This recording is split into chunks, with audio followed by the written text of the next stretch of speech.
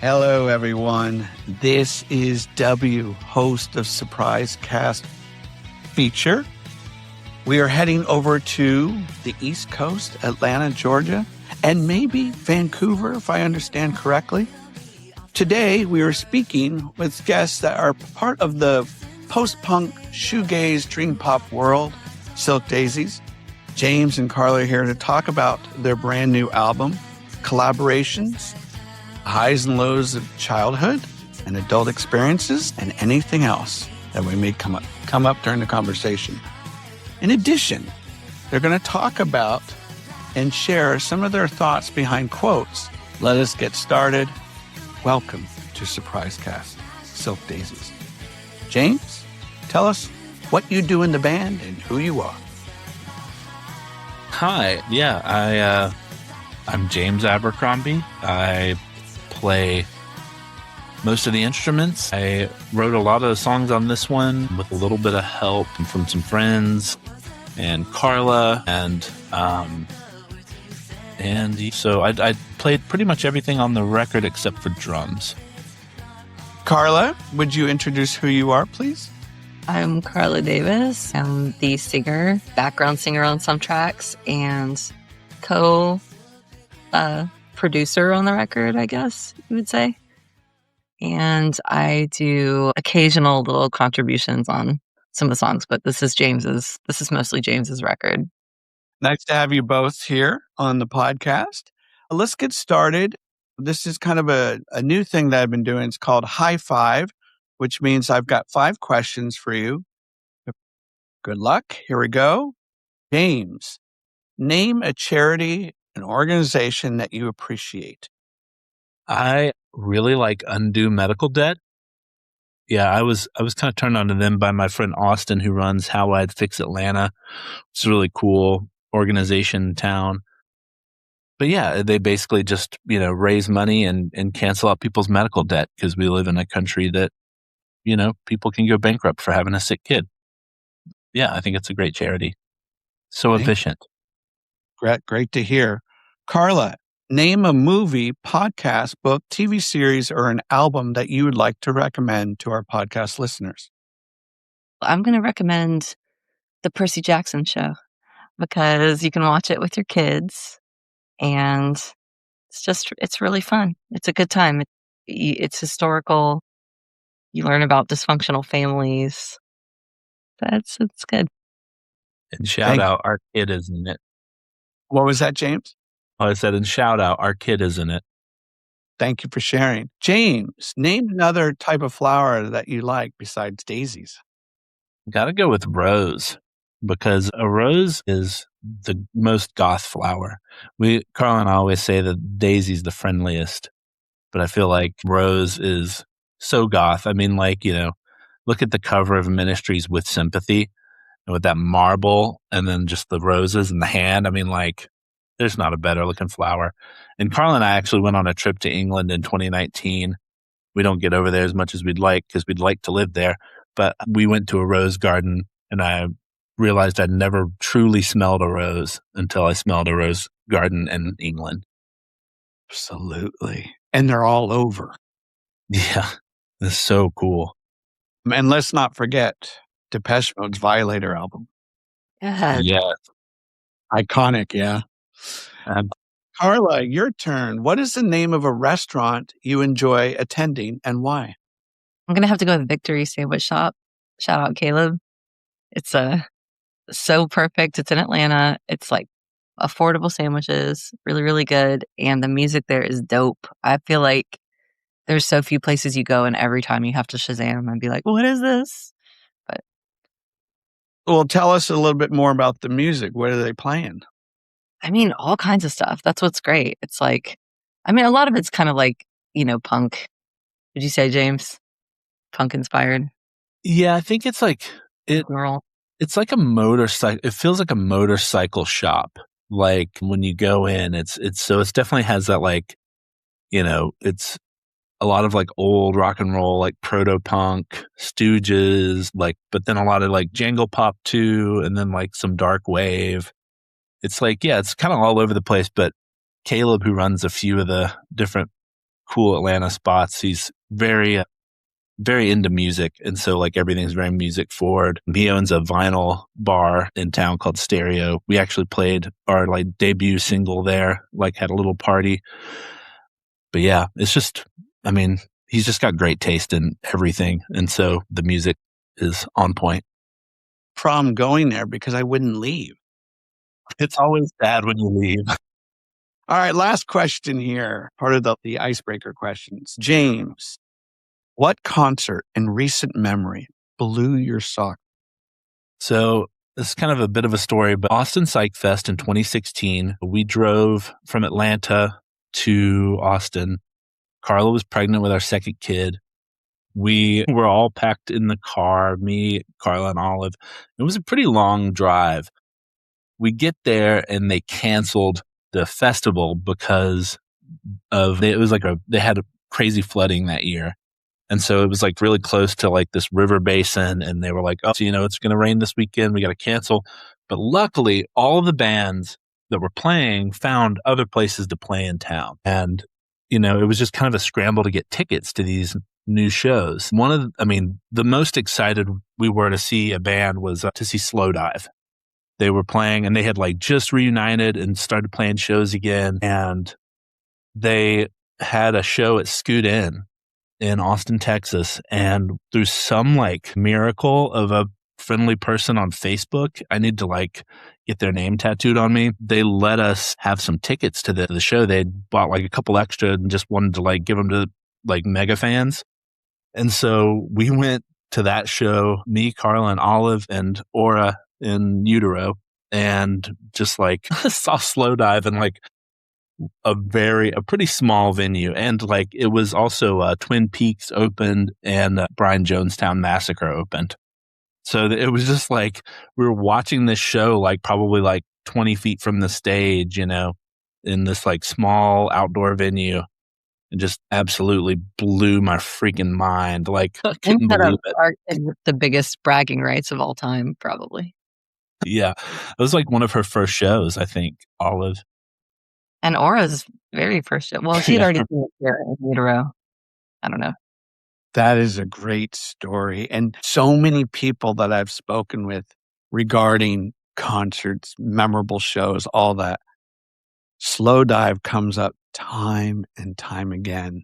David Bowie, Chameleons. I mean, you name it. But yeah, Slowdive seems to really be front row there. Thank you for answering these icebreaker questions. We're going to move into the next part of the conversation. Take the needle and move it to the next groove, if you will. I'm going to read a quote to both of you.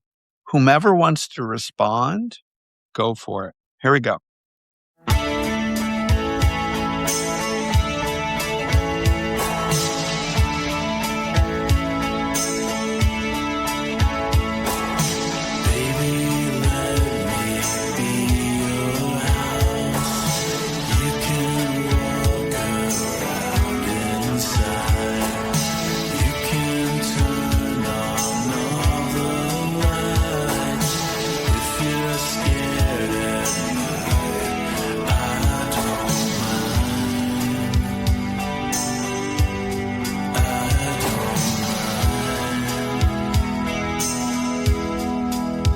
So I'm going to admit I'm a big Dallas Cowboys fan. And they had a running back in the early 90s by the name of Herschel Walker.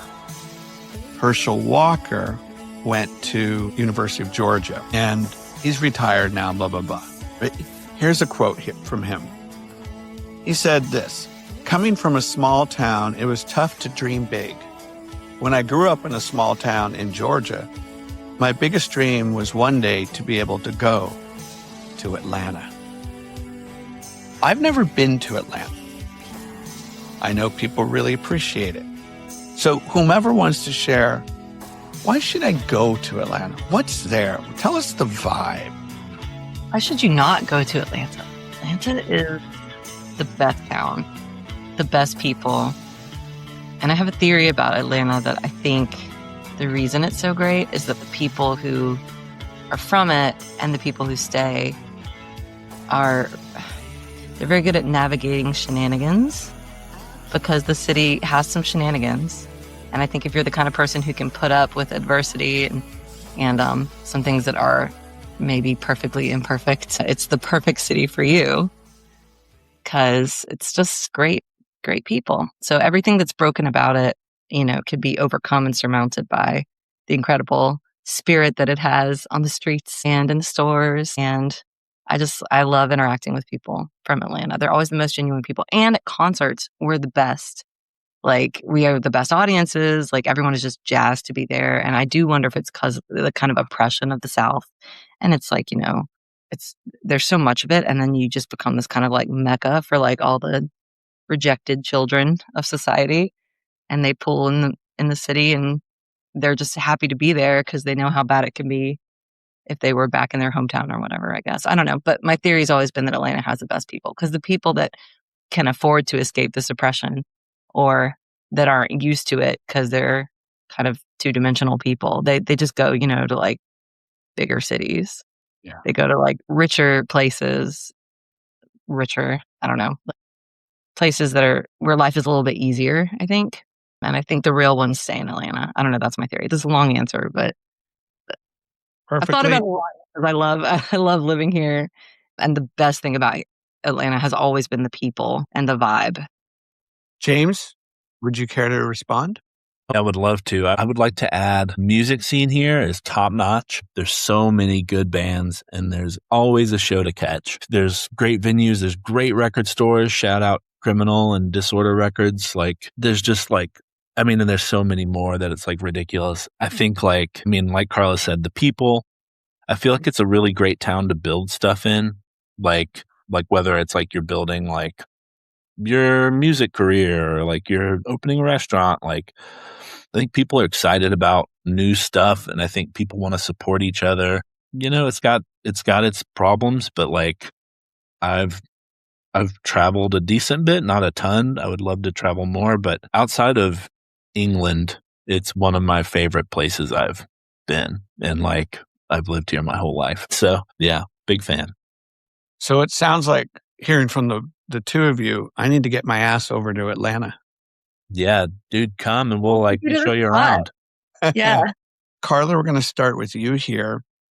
So let's go back to your childhood a little bit and tell us some impactful moments, highs and or lows, that seem to have shaped who you are today, your identity. Man, there's so many. I'm the youngest of 5 girls. I grew up in Lynchburg, Virginia, which is like home of Jerry Falwell and the Moral Majority. And I have a very contrarian personality out the gate. So it's a very weird mix of things with me. I'm trying to think of a specific memory. I feel like a lot of kind of my creativity as a person, because I'm a writer at heart. That's kind of like what I started out with. When you're younger, that's like the tool that you have. But I feel like it kind of came from like profound loneliness, if I'm being perfectly honest. Just being like very isolated and cut off. When you're the youngest in a big family, and then I'm also 5 years behind the next oldest sister in my family, you just end up spending a lot of time alone. And you kind of feel a little forgotten about there at the end, even though I guess everyone says the baby gets babied in a way. And maybe that's true, but I think when you're in a big family, everyone's just tired by the time, you're just kind of like, so, I was on my own from the time I was 17. I like was working and going to school full time, and I just felt like an adult really young. So, but also I had a lot of, independence at a young age, which is good. And I think growing up, the combination of being isolated and kind of a weirdo and like, a conservative town, and having like a profound need to connect with people just made me really prolific at creation. And so as a child, I just have so many boxes full of just like stories and plays and drawings and art. And I was like obsessed with like cartoons and films and music. It's kind of crazy. I can go through a box and I can find like a thing where I wrote out the incidental music for this cartoon called Wildfire, which is like a really obscure cartoon from the 80s, but I loved the theme song. And I wrote down, I was 4. I mean, I had to be because I can tell. And I wrote like like the way that the music sounded to me, like it was almost like a kind of score, like dun dun dun dun dun Batman. But I wrote like you know, and I won't sing it because I feel like I won't do it justice. And I actually don't even know who sings the original theme song to that song. But I found out. Well, this is a good tidbit for later. But no, I'll just tell you now. I found out that the person who wrote that theme song is. Am I right about this, James? Because we looked it up. Is it Jimmy Webb? Yeah, it was Jimmy Webb. And it was crazy because it just is in keeping with a lot of other things that I appreciate that are like maudlin in a way, but like epic, And but at a young age, I was picking out like, this is a Jimmy Webb song that I love.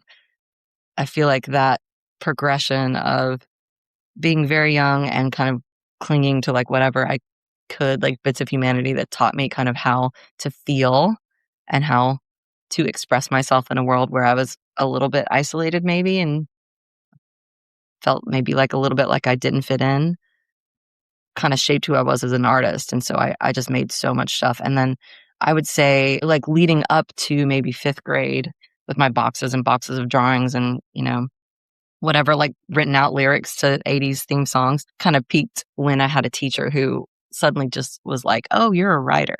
Like I would get in trouble for like hiding a notebook where I was drawing and illustrating stories during class. And she came up to me and was like, I'll make you a deal. If you cannot do this during class, I will let you read your stories to the class at the end of the day. And I was like young and nerdy and kind of terrified to stand up in front of people, but I was like more excited to share what I'd written because, nobody ever really showed that much interest. I mean, my family did, like would pretend to, but it's not the same as having like a captive audience. So her name was Miss Spearin in the 5th grade, and she kind of changed the trajectory of my life because from that day forward, I would like write stories for people, like for an audience, and I would compose for an audience and to get laughs and to get reactions. And I ended up, because of this teacher, I wrote a play. I'm like Rushmore in real life. I was like, I wrote a hit play and directed it.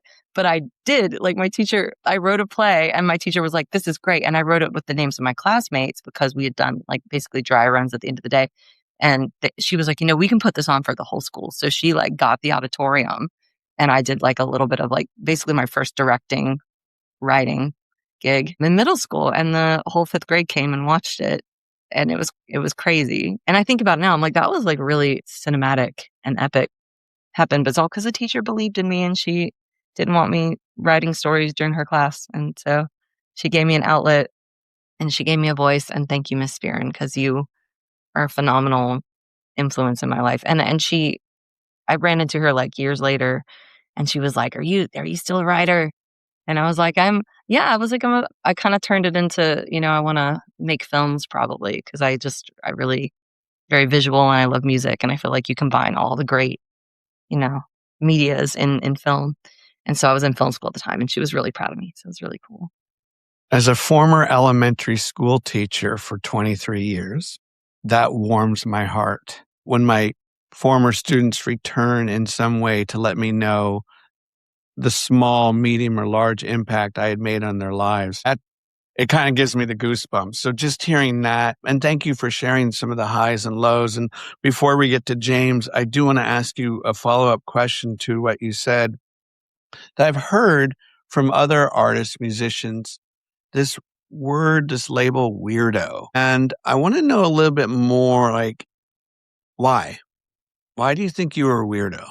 It's probably like a neurospicy thing. I mean, I think I'm a little bit spectrumy, probably. I have not had a diagnosis. I'm definitely ADHD. So I think part of it is like, my brain is not functioning in a typical way. I don't express myself in a typical way. But I think beyond that, you always feel like a bad fit as a woman in the world, especially a nerd who is in a lot of male-dominated fields like music and film. You just don't really fit, and you always feel like a little bit. And then also like someone who has, got a really strong sense of justice and like a really strong sense of like a strong pattern recognition. And it's like a bad combination because you're a truth teller and people don't really like that. And even when you try to like obscure it with humor, it's still, I don't know. I feel like people just kind of catch on that like, oh, you're not like one of us very, very early on. So, and it's weird being kind of like growing up in a really conservative town. I don't know, maybe James could speak to this, but I feel like, I mean, Lynchburg is like, it's the buckle on the Bible Belt. I mean, it really is. It's a very bizarre place to grow up. It's a bizarre place to grow up as a woman and someone who was like, was the 90s label alternative and into, because I also was like very, very much steeped in that culture, but very much drawn to self-expression and art. So I think you feel like a weirdo in that situation because you want to express yourself so badly, but you can't. You have to find the right way for people to hear you culturally, religiously, and in spite of your like weird neurotypical tendencies that people already reject out the gate. And the fact that they don't like that you see right through them immediately or that you're going to truth tell. It's very hard to, and when you're an entertainer at heart in a way, a storyteller type, and you want to please people and you want people to feel seen and you care about people and you care about underdogs, you don't want to alienate people, even if your natural tendency is to maybe be like anti-authority person. You still, you want to make people feel seen and loved. So it's hard. Like, how do you do that in a way where you can tell you're making people feel uncomfortable just by being who you are? You would have fit in beautifully with my classroom because usually on the first day of school, I would point at every kid and be like, "You're weird, you're weird, you're weird, you're weird." And they would look at me like, "Mr. Frederick, what are you doing?" And then I would tell them, "And now I want you to point at me and say, 'You're weird, Mr. Frederick.'" And I'd say, "Say it louder, say it louder." So it was something that we could appreciate about one another right at the get. You're going to make me cry. That's really sweet.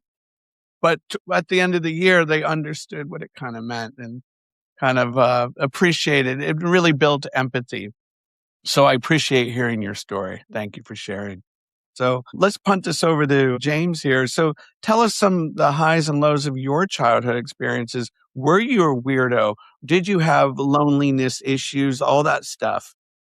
Yeah, absolutely. I felt very shy and quiet, and I would spend a ton of time just drawing. That's my day job is I'm an illustrator and designer. But yeah, I would use that as a tool a lot to like make friends. And it's funny because our kids do the same thing. And it's great to see. But like, I always joke, that like I would just be drawing and like, whatever kid would come up and realize like, oh, that kid's good at drawing. Hey, draw me a dragon, fat boy. And so I would draw them a dragon and like, or I would draw Spider-Man or whatever. And yeah, that was like my kind of creativity was my like way to find my people. And I think that like that is still now. So that's, yeah, I would say I felt like a weirdo, but I would use my weirdness to like weed out the people I didn't want to hang out with and then use it to like find my people, which yeah, I'll talk about another thing that is like a super high memory for me relates to music. My grandpa, his name's Skip Bird. He was the president of distribution for ABC Dunhill back in the 70s. He had, by the time I had come around, he had gotten out of like the label. I think the label crumbled in the mid 70s, but it was like Jim Croce was on that label, Emmett Rhodes, lots of great musicians at the time. So I would hear his stories. It was always like super, super cool. Like the, people he got to hang out with and the stuff he got to do, especially at the time he was doing it. But by the time I came around, he was in distribution for like a bunch of different record labels. And so he like ran a distribution center in Charlotte, North Carolina. And I would go into his spot and he would always have like the, promo copies of whatever records were coming out, or like tapes at the time, And so like he would always let me just go up on this ladder. It was almost like the Beauty and the Beast, like Belle going through the Beast library on the ladder. It was like that is how it felt. Like I'd climb up this big ladder and just like pick out whatever tape I wanted. And so like I'm just like grabbing like Another Bad Creation, like getting like all the like Belle Biv DeVoe I could fit in my shirt, like just everything that I could get. Ace of Base, like all the like 80s, 90s gems, like pop gems. So like I think that like I didn't realize it at the time, but like that really instilled like a pretty big love of like music and like pop music especially. Like I had so much pop music. Yeah. So then another one later on, kind of coming out of the low, like we were saying, Weirdo, you're picked on a lot as a kid.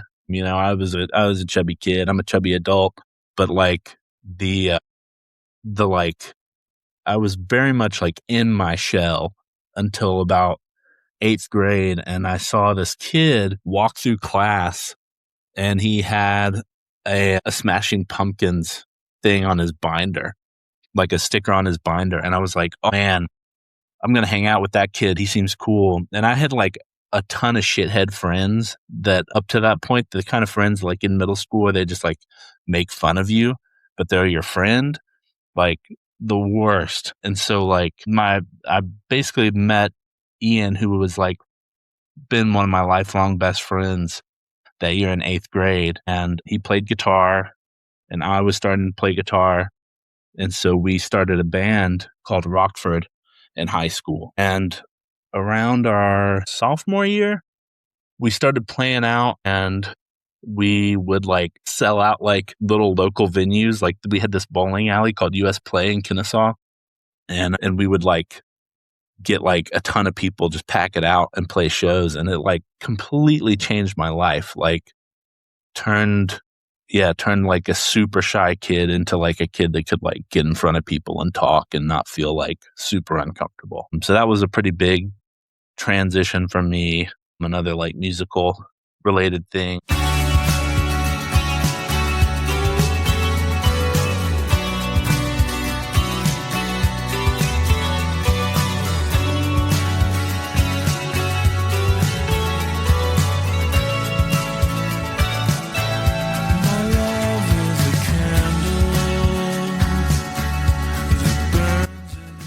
I would say the other one was like when I was 19 and met Carla. Like we ran into each other 3 times in one day. It was pretty crazy. And it was all kind of music related, music and coffee related. Like me and my friend were shopping in a record store and Carla saw us from across like the way. She was in the same store and was like, oh, there's 2 people, they look really sweet, like I don't know that Carlos describes it. Literally like a beam of light shining down on them. I have to point this out. I don't know what it was. It was like, you ever feel that tractor beam and you see someone and it's almost like you get a flash into the future and you're just like, I'm meant to know this person and you don't know why. Like it was like that. Okay, go ahead. And so then later on, I was going to work. I worked in this shopping center at it's called Casual Male, Big and Tall. So it's a big and tall men's clothing store. And so I was going to work, but there was a Starbucks in the same strip. And so we walk in and this super friendly girl who was Carla at the counter worked at this Starbucks in my same strip mall. And she was like, oh my God, I just saw you guys in the record store and you guys seem so sweet. I want to be like, you guys seem like the cutest couple. Like I want to be your friend. And I was like, oh yeah, we're not like boyfriend, girlfriend. We're just like friends. And she was like, oh, well, it's so nice to meet you. And like, I was like, oh man, who's this cool? This girl seems cool, and like kept it in my mind. And then later on that day after my shift, I'm going with my same friend, Maria, to see Hot Heat. So this tells you exactly what year it was. It was 2003. So we went to see Hot Heat at the Cotton Club. And as we're walking in, we run into Carla and her friend Katie. And this is like in Atlanta. And like we were in Kennesaw earlier. It's like a good like 40-minute drive away. And we just happened to be walking in at the same time. The exact same moment, because I saw them from across the parking lot, very small, like a Western, walking towards me. And I was just like, yeah, it can't be the same people that I've seen twice. And then the first time I saw them, I felt like this weird pull towards them that didn't make sense, and identified it and got over my feelings of being the weird girl to say something about it when they came into the coffee shop, because I was like, that was too weird, that I felt this sense that I should know them. I'm going to say it even if it's weird. And then they didn't think it was weird. And then I was the same. What? Like, So it was wild. Like, so then, I'm watching this concert and thinking like, man, I gotta like be friends with this person because like we work in the same strip mall, like we're at the same show. This person's so cool. Then we found out we had the same Ben Queller bumper sticker. Like there were all these like crazy coincidences. And so we just became friends, and Carla, like, through our friendship, like showed me all the music I love now, like the Sundays and Lush and like all these like great Britpop, dream pop bands. Like, I was like very much into like 80s, like Elvis Costello, and I went to see Joe Jackson when I was like the same, when basically the same age I was when I met Carla, like 19, and like would go to all these kind of like, new wave things, and like was really into synthesizers and stuff, but like had just kind of started to get into the Smiths. Like I didn't have like cool older siblings or like indie parents. Like I was very much like a new metal Jinko generation kid. And yeah, you mentioned that you're an oldest born of two. I'm the oldest. Gap between you and your sister. So you're like ahead 5 years on the front, and I'm like behind 5 years on the end. So we're like weird, like oldest and youngest only children hybrids. Yeah. Large time alone, but also, you know what I mean? We have siblings, but then we're kind of like separate. So it's a weird dynamic. But so, yeah, it was, I don't know, it was just like cool, like having this new friend who was just showing me all this great music. Like the very first time we actually like went to a show together, like she was like, have you heard the Shins? And it was like pre-Garden State, like when that was literally, I was so pissed that movie ripped off my actual life, because that's a really dear memory of mine, that where we got in the car the first time we ever hung out, and I brought the Shins album and I said, this album changed my life. Like literally almost verbatim. I'm like, it's so good. I put it on and we sat there and listened to it in the car, and I was just like, that movie freaking stole from me.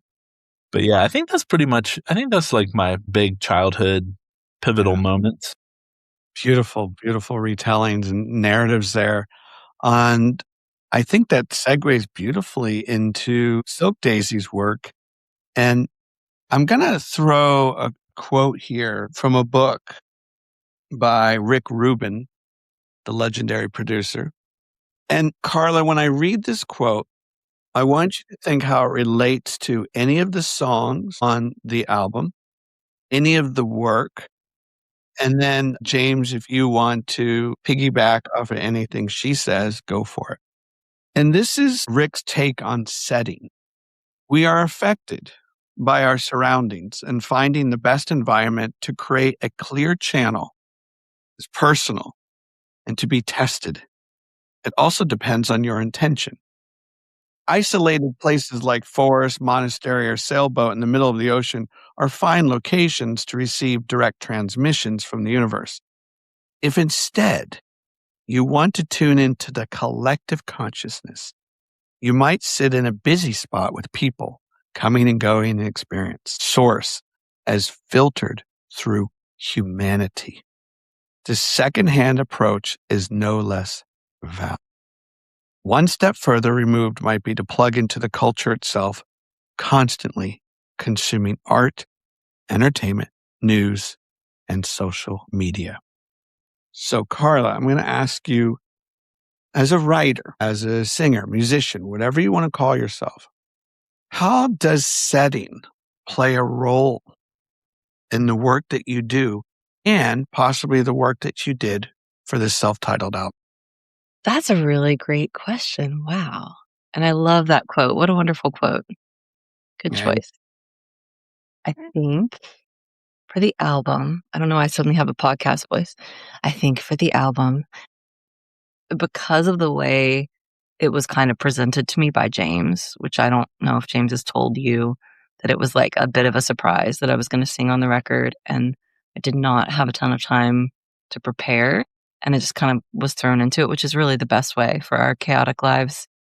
I think it was kind of perfect. I don't think if I had had more time, because this is this is his project on this one and these are his songs. I think if I had had more time, I might have gotten myself out of it or convinced him to sing on more of the songs than I did. So I think it's good. But the main thing I wanted to say that popped into my head when you said that quote was how great it is to have a deadline. And when, preparation meets structure and you have that, time, then like this has to be done by this time. Because this project was super helped by the fact that, we booked 2 weeks of studio time essentially. And I knew that this was the week we were doing vocals.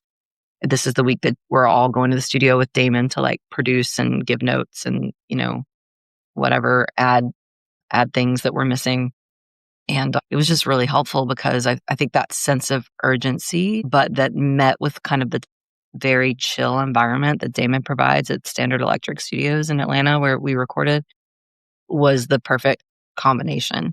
You had like almost it was like to you, because you talk about collective unconsciousness, it felt like very zeitgeisty because James was had been pulling these songs out of the ether for years. And then it was like a curation of those songs and then book the time and this is how long you have. And then you go in and the environment was so like non-judgmental and so laid back. And Damon was so very deeply, actually you remind me a lot of Damon. Isn't he a little bit like Damon? Like kind of, he's very curious and warm and he's very, he wants to know what, I think he likes to understand like what makes you tick. And I think he's very interested in the process. He's like, James would say he's like a very techie, like, wouldn't you say? Like very, well, I know I'm answering, but I'm looking for the right word because he's like a gearhead, but he's also like. He is, but he's also just like all about vibe. And so like, yes! I think he's like, I always call him a tone Sherpa, it's like, he's just trying to like get you to like where you want to go, like tone wise and like vibe wise. And he speaks our language. Yes. So that was helpful. So thank you. I was trying to figure it out. So that's basically what I was trying to say is that he created this Miss Spearin-like, very safe environment.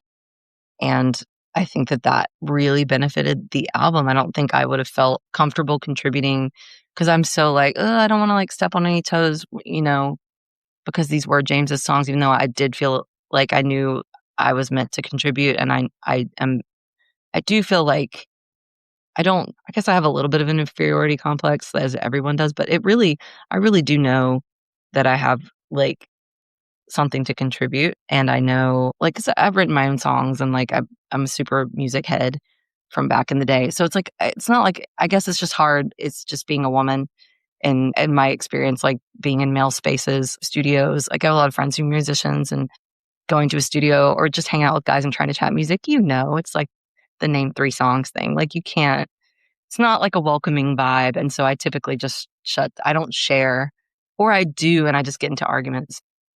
Anyway, the point is, it's just nice being around Damon and being in an environment. Cause I think my one worry was like, I'm going to like, I don't want to put too much of my fingerprints on this if it's going to mess up the vibe that James has going. But I knew the things I wanted to add and the things that could make it better were valid because I trusted my own abilities, but also I was scared that I would go into an environment where I felt like why am I here? Like, what am I really contributing? Am I just like a talking head? And I didn't want that to be the case because I am a creative and I do, like James said, like I have I guess I have high standards. I don't really think of it as that. I just think I notice everything. And like, it's very obvious to me when I hear something, I'm like, oh, that goes there, just like, so I think like, I just want to contribute ideas in a safe space and feel like I'm not going to get shot down because I'm a girl and because, I don't have the language and I'm not at the level that a lot of people are musically. I mean, I'm sure everyone feels this way, but it's just hard because there's such a breadth of like musicianship, and there's so many levels. You can be like this self-taught person, you can like classically train, you can like know notes, and but you can know chord shapes only, and just there's like so many different ways you can approach.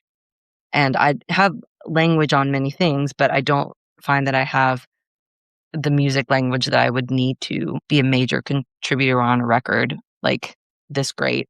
The point is, it was just nice to be in a space where like I felt like it almost didn't matter that if I got it right or didn't get it right, communicating like production notes on the track, or I could just say like, it's very much like being with a safe teacher.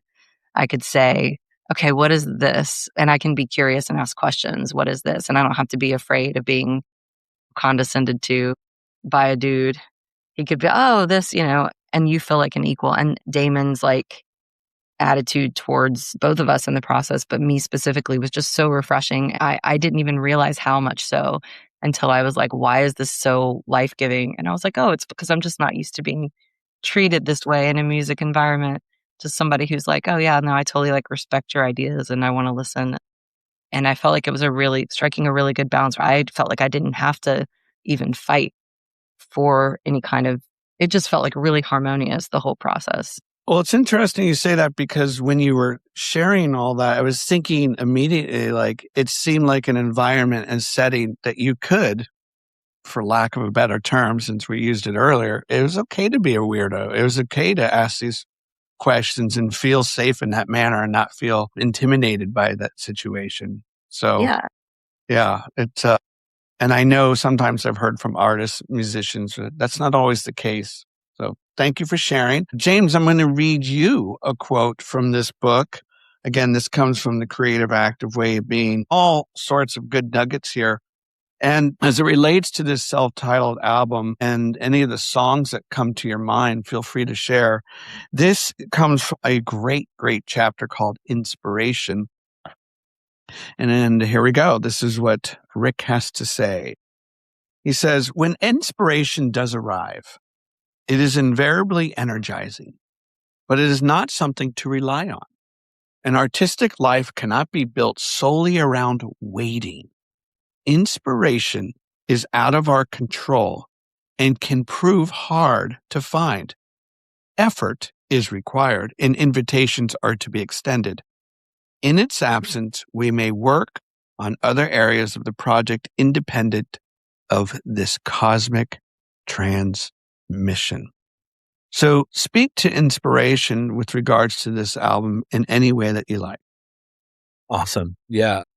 While you were talking about that, it reminded me of R.L. Stein's masterclass, where he basically, like, I don't know if you've watched it, but holy smokes, just brilliant. Like, so good. Can't recommend it enough.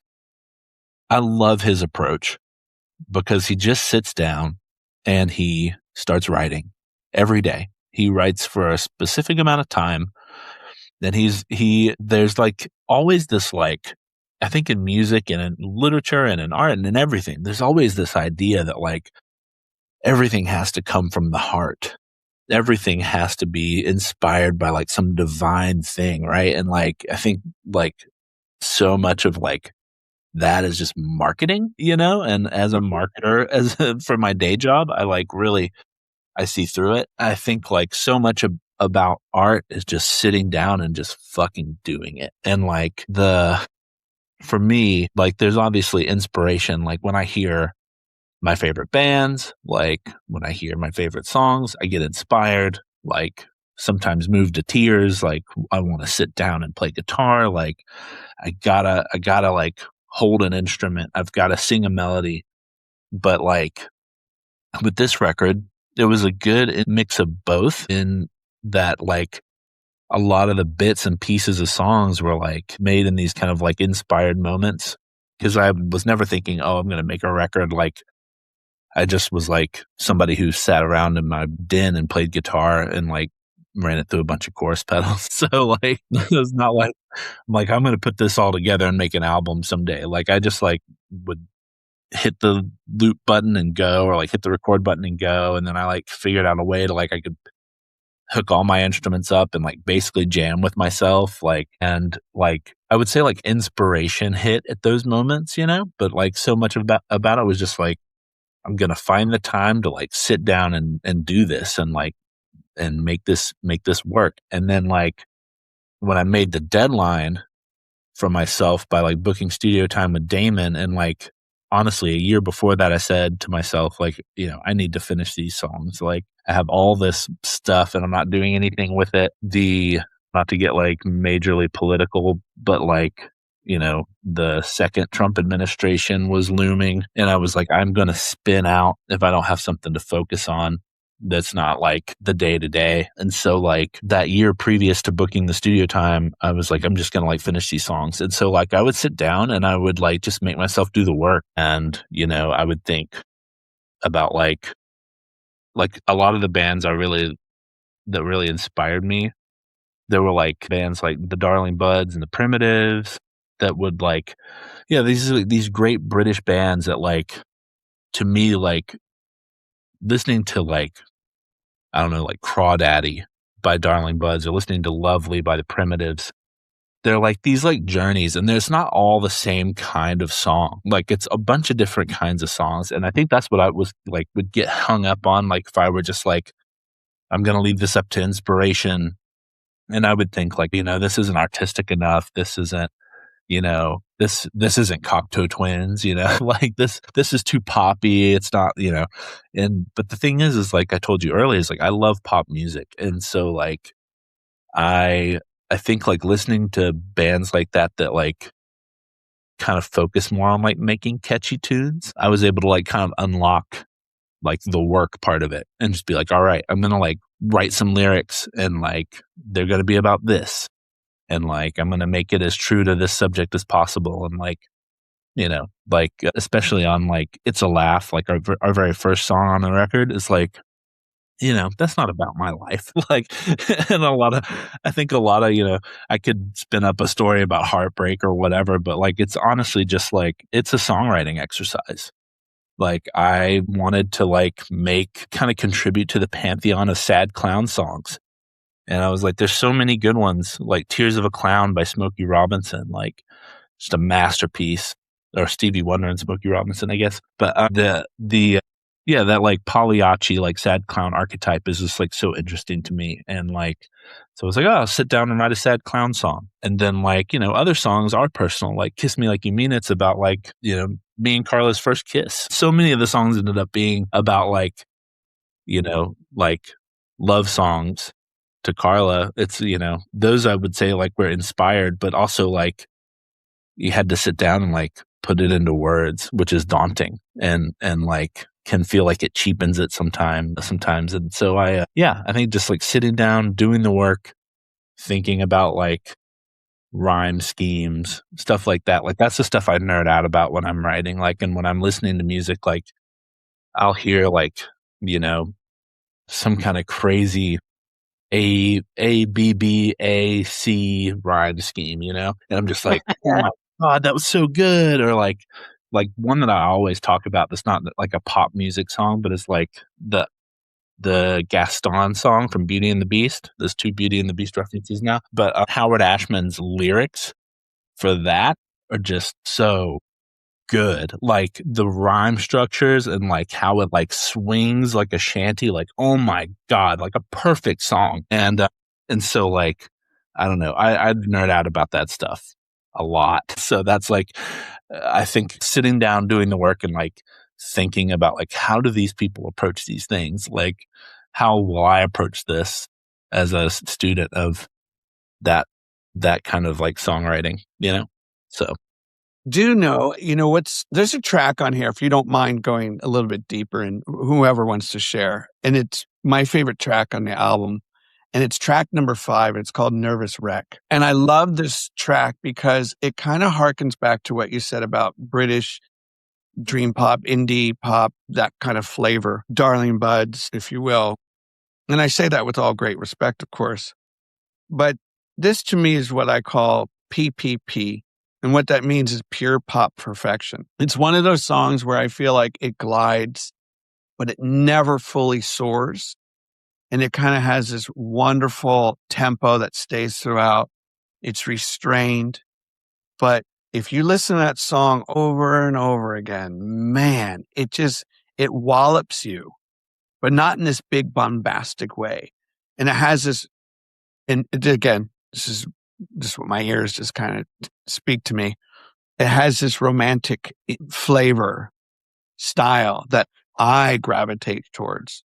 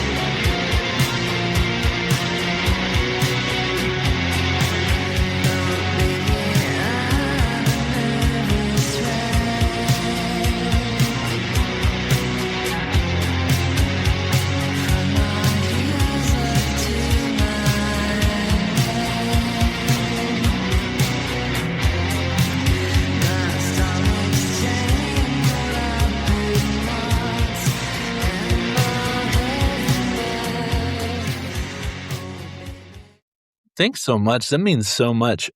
It's funny. That's the oldest song on the record. I wrote that when I was 19 and I just met Carla. Oh. Yeah. And so like, we were like pretty into the Pixies. So it kind of started as like this, like Pixies-esque song. And yeah, like another kind of like songwriting exercise. Like, like the lyrics are very much like not super applicable to my life, but like just was like, I'm going to make a song about being nervous and like how it feels. And I kind of shelved it and didn't do anything with it, and just like had it in my mind and always like as a back burner thing, like it'd be cool to do something with that someday. And like 20 years later, here we are. But yeah, like Carla really remember like playing it for her even back then, and she was always like a fan, and she was like, "Oh, we should do something with that someday." And yeah, and like I think it was like a matter of like, finding the right vibe for it in the like Silk Daisies world, like kind of like figuring out like, okay, like it doesn't sound like majorly Pixies, but like, with this record also I want to mention that like it's not an exercise in originality, like very much like wearing our influences on our sleeves. I think like, and with this, like I always think like, I can't remember who said this, but like if you think something's original, it's just because you're not cool enough to get what they're stealing from. Yeah. Hipster quote ever. I love it. Yeah. And I love that because like in Little Steven, I think like he said, you're only as cool as who you steal from. And those things have always kind of like sat with me. So I'll be really transparent and say that like that song was like very, like the vibe of the song was very much influenced by a British band called Swallow that for good, them. Good. Yeah. Like Mike Mason and Louise Trehy, just like an amazing record, and the remix record's great too. I'm on 4AD and I think 1992. But if you haven't heard it, go jam it. I know you've heard it. W's excited. But that, and like there's this song by Pink Industry called Don't Let Go. And I think like both of those, like when I heard those songs, I was like, shit, now I know what to do with Nervous Wreck. And so like I tried to like bring a little bit of that in, but still keep some of the like Pixies-esque guitar parts, like the octaves that are going up and down the neck. Yeah, that's like. It's a great, great track. And now that you mentioned the Pixies and maybe Carla's, again, I say this with all respect. Yeah, I can hear a little bit of the Kim Deal kind of qualities there. And we all love Kim Deal. Who doesn't love that? It really is. Again, it's my favorite track. And I want to read another quote here. And again, this comes from the book, The Creative Act. And whoever, again, wants to respond, that would be awesome. This is about something I've heard from other artists and how it seeps into the body of the work in some manner during the creation of a painting, an album, whatever it be. And this is called self-doubt. Self-doubt lives in all of us. And while we may wish it gone, it is there to serve us. We're all different. We're all imperfect. And the imperfections are what makes each of us and our work interesting. We create pieces reflective of who we are. And if insecurity is part of who we are, then our work will have a greater degree of truth in it as a result. So, Carly, you want to kick off with this one? Self-doubt in any way? Yeah, I heard who did I hear a quote from?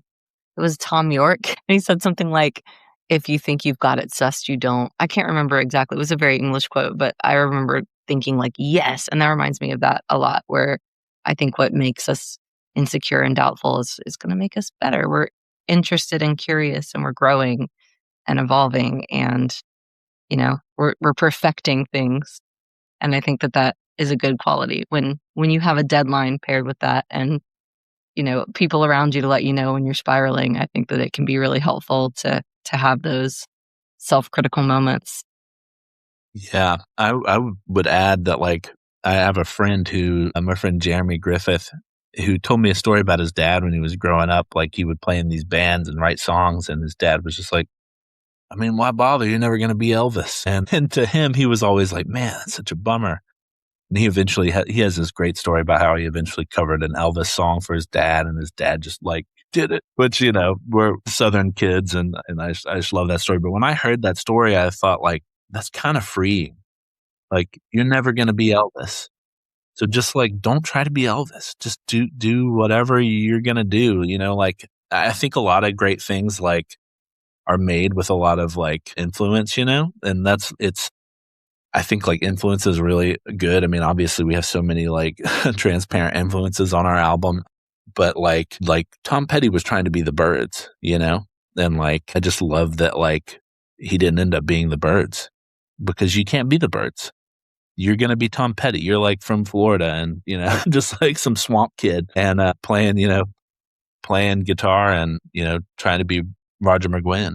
And I think that, like, that's what's so great is even if you try to be Elvis, you can't be. Like, you're only going to be yourself in whatever, like, way you hear Elvis or interpret Elvis. You're going to do it so different. And, like, it'll, it can only be you. And I think that's, like, really freeing to me. And that helps me get over a lot of my self-doubt.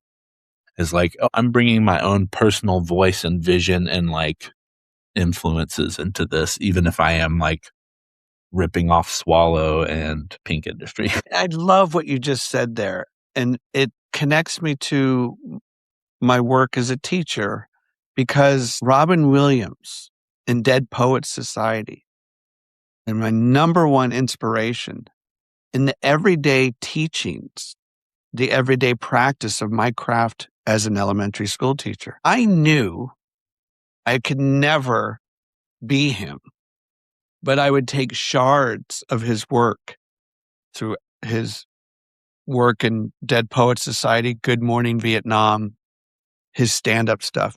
And I would try to incorporate the essence into my everyday work in math and social studies. And my students thought I was absolutely a weirdo, but I loved it because it was my fuel for inspiration.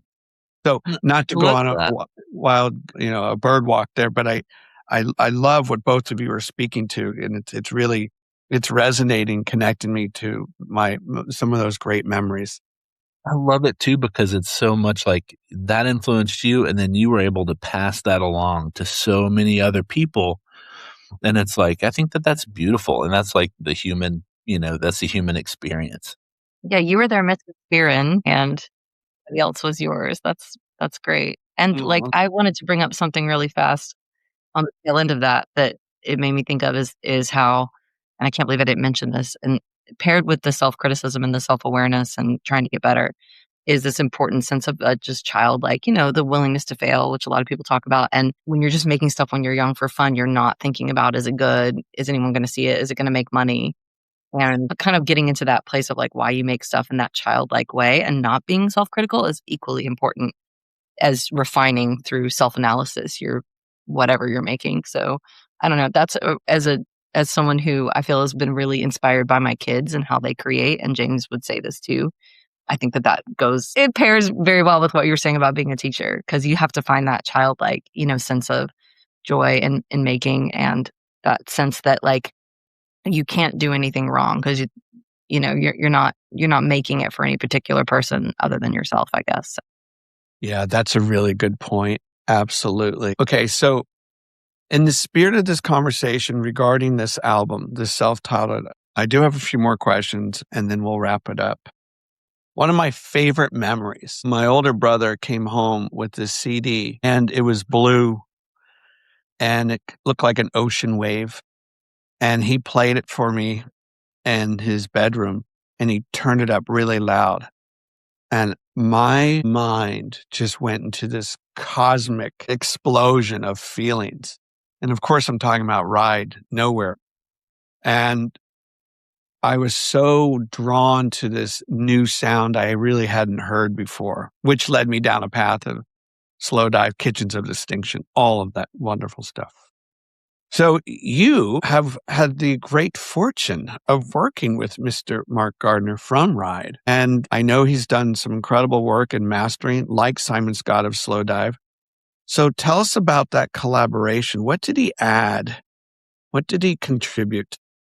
Yeah, it's funny. Like, I think before we worked with Mark, I had heard some mixes of albums just in, bands I've been adjacent to and just been around to like hear their like process, like, oh, we've got a mix, let's get it mastered. And to my ears, it was always like, yeah, that sounds, right on or whatever, like sounds pretty much like the mix. With Mark's mastering, it really did bring a lot out of it. It was like kind of crazy how much of a difference it made. And I'm too much of an idiot with that stuff to know like how he does it or like what he did to bring. But it just like, if you listen to our mix, which our friend Troy mixed it, who's like a brilliant musician and just kind of like can do anything. He had a great mix. It was a really cool mix. And then when he heard it, he was just like, holy shit, that sounds like the real deal, We were both very impressed. Yeah. So like, I was lucky enough to read that like some of my favorite bands coming out of like LA and San Fran had used him for mastering. Sea Blight, who recently broke up, sad to hear, but but they used, I think they used him for mastering, and then Mo Dottie also used him, and like a few other bands. Like, and I was just like, man, that's so cool that he does mastering now. And so I just hit him up and said, like, would you be interested? And yeah, he takes money. So I was lucky enough that I could pay him for his services and he could make my album sound better than it would without him. And obviously, huge Ride fans over here. Like, sure, I love Nowhere, but I love Going Blank Again a little more. It's just so good. But yeah, I mean, like, it's all good. All their stuff is great, and they're like so inspiring. Andy Bell, Mark, just everybody's great in that band. And like I mentioned earlier, James, people have collaborated with Mark and Simon Scott of Slowdive, who seems to be mastering a lot of people's work as well and getting rave reviews. Their attention to detail, and that's a world I'm not familiar with, nor am I close to being an expert on. But I hear this from time and time again from artists, just the subtle things that they do that really amplify and give that song a little bit more flight to it and a little bit more depth and kind of layers. And, they're master craftsmen in what they do. So hats off to you for even that collaboration. It's awesome. Carla and or James, is there anything else you want to share about this album that you want people to kind of walk away with? Obviously, people are going to have their own interpretations and experiences with it. But anything else you want to promote about it, go for it. Yeah, I don't know. I think that like hopefully I don't know. I started, this is kind of weird, but I started getting on this app called Perfectly Imperfect, and it's like a new social media, or I guess it's been around. I'm just like old and don't know about cool stuff when it comes out. I'm not sure, but there's this app where people, like, the whole point is making recommendations, and so like people get on there and it's like share a rec or ask for recs, and like people are sharing music all the time, music videos, art they make, art from other people, like movies, like it's just like runs the gamut. And I don't know, it's like I've been getting on there and just like posting recs, and a lot of them are like things that inspired the album. So I would just say, like, if you're interested, you can get on there and follow us, and see what we're recommending, because I think that, like, I don't know, to me, like, Carl and I talk about it a lot. Like, that's our love language, is like like sharing things we love with other people and getting stoked about it. And yeah, I think that, like, yeah, if you like our tunes and you want to hear some of the influences, some of the things we like, or even things like didn't influence us that we like, that's like a good spot to do it.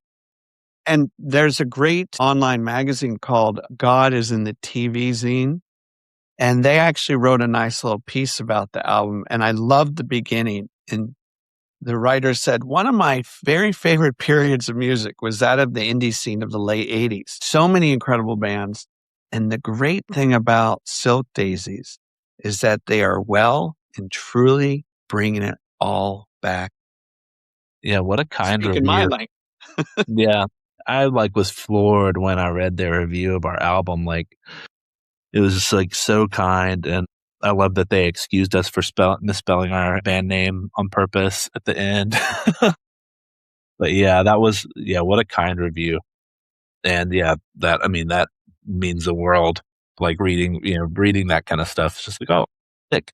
Glad that, like, I feel like everybody loves that era of music. And if you don't, it's probably because you aren't super well versed in it yet. But like, there's just something for everybody there.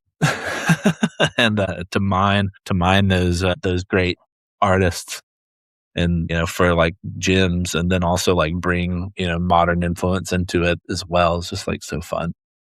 What's coming down the line for Silk Daisies? Personal, anything else you want to share? You have a tour, you have new songs coming out, EP, singles. Yeah. So I think, like, right now we're kind of figuring out how to play out, because it was a studio project, and so much of it was like, I had all these demos for the songs and stuff like going into it, but we tweaked all the sounds and stuff obviously in the studio, and like Damon had a lot to bring to that with like his huge pedal assortment.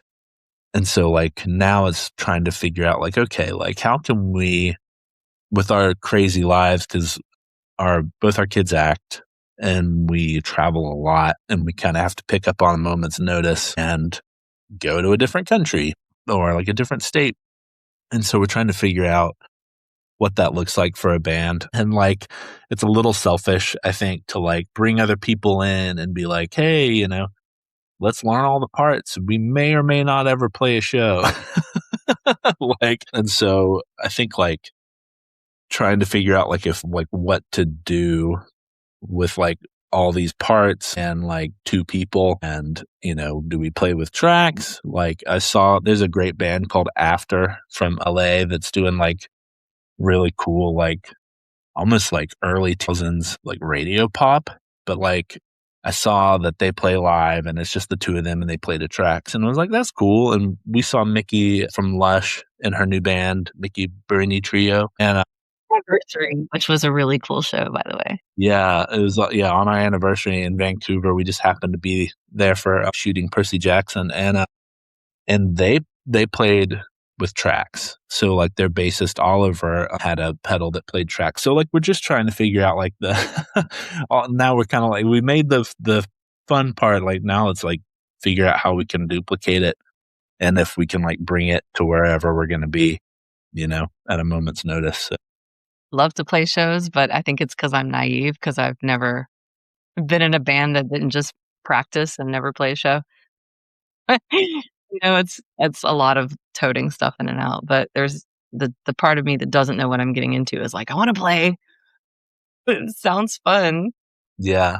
I mean, I think it would be really fun. And, when I first started, like, like finishing all the songs, like, I was like, I don't ever want to play live. But now, like, I've had enough people reach out and be like, hey, like, we should do a show together. I'm like, sick. Like, Did you mention what you meant by people? Yeah. Well, like, so the Primitives, we sent them a record and they, they were like kind enough to post it on the thing, but they also were like, well, if you're ever in the UK, open up for us. And just like, I would die. All that. Yeah. So I think that like, and then like I've had a few other bands I love, like that are like still, that are younger folks. So like doing stuff inspired by the same people, like Humdrum out of Chicago. And yeah, you love Humdrum too. Good. Yeah. So, I mean, yeah, that record rules. Like, that melts the heart right there. Yeah, totally. It's like so good. Like the minute it comes on, you're just like, oh, yeah, this is for me. Yeah. No, us three could go on. Literally, like I love that Humdrum record too. That was one that James found, and I was like, "What?" You remember you were playing it in the car, and I was like, "What is this one?" I was very exactly. excited. I was at the gym, and I turned on the, on Spotify they have new release stuff. I turn on within seconds. I messaged him like, "What is this? I need to talk to you." Yeah. I'm not trying to plug my own show, but I had a great interview. It was so much fun. Yeah, I'll go listen to that right after this. Yeah. Okay. Oh, James, did you want to mention the single? Or we not mention it? We have another thing coming out. It's a cover. Okay. And I will just say we can't hardly wait to share it with everybody. Okay. I know where you're going with that. Okay. All right. We don't know what days of the week that would be released, do we?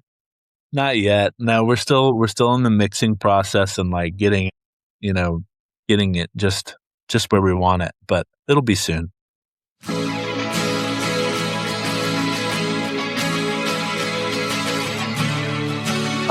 Carla and James from Silk Daisies, thank you so much for being part of Surprise Cast.